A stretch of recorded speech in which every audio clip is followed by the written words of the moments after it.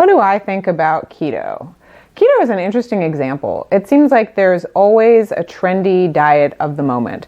That doesn't mean that it's newly invented. Keto has actually been around, I think, since the early 1900s when it was originally used with children who had epilepsy. So keto has a long history. My opinion on these, again, is it depends. It depends on your health history and what you're using it for. But generally, a very high-fat diet is not something I would typically recommend long-term. And my preference is to give people an eating approach that they can stick with long-term, rather than put them on a diet that feels very restrictive, that then when they're tired of it, they sort of go careening off the rails and then need another diet.